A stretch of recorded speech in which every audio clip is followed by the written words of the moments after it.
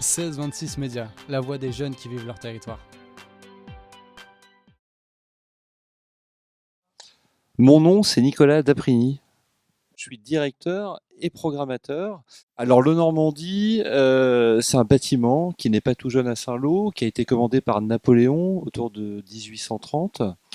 C'était d'abord un haras. Il appartenait au manège militaire de la ville. Vous connaissez le haras maintenant, et le premier haras a été ici. Ensuite, ça a été un cinéma, et le cinéma Le Normandie avec un Y, ça vient de là. Nous sommes arrivés en 1996, on a commencé à faire des concerts, notre activité. Donc il y a 3 grands axes dans le Normandie. Le premier, c'est la diffusion de concerts. Le deuxième, c'est l'accompagnement, accompagner des artistes régionaux en voie de professionnalisation ou des artistes nationaux professionnels. Et nous faisons aussi beaucoup d'actions culturelles et d'actions pédagogiques.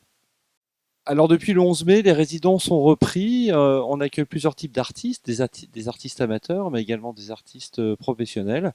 Donc ça se passe comme une résidence normale. Les artistes viennent ici pour préparer des choses. Alors la petite différence, c'est ça, c'est qu'à un moment donné, un artiste vient préparer une tournée, il sait qu'il va partir en tournée.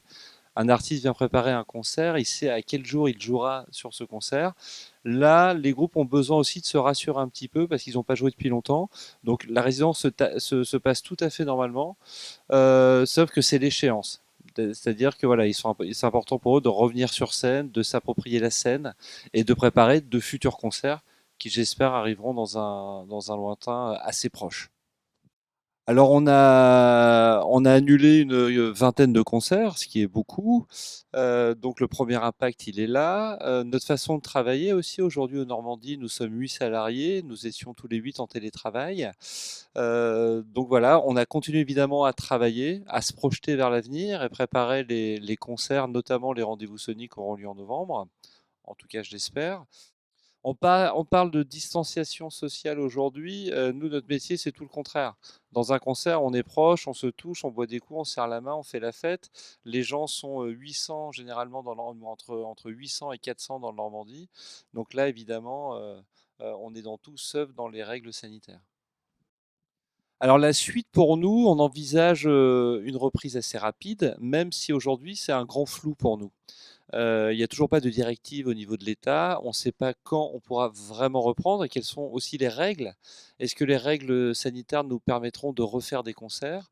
On l'espère en tout cas et on travaille pour ça, et notamment sur les concerts de la saison. On prépare les concerts de septembre et d'octobre, et également le festival qui est les rendez-vous soniques qui se dérouleront du 9 au 14 novembre prochain. Donc, je vais vous parler un petit peu des métiers autour des musiques actuelles et autour du Normandie. Donc, je suis responsable du projet artistique de la scène, de la salle, avec une programmation. Alors, les programmations des scènes de musiques actuelles, elles sont assez particulières parce que on accueille les artistes où ils sont pas encore très connus.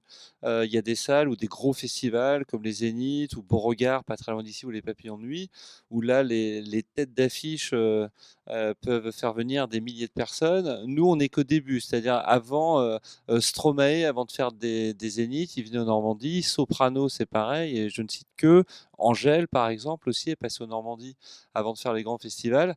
Donc, il y a le métier de directeur, programmateur, c'est mon rôle, mais il faut accueillir aussi ces artistes-là. Donc, il y a une chargée de production, il faut communiquer parce que c'est important dans des billets. On est une chargée de communication.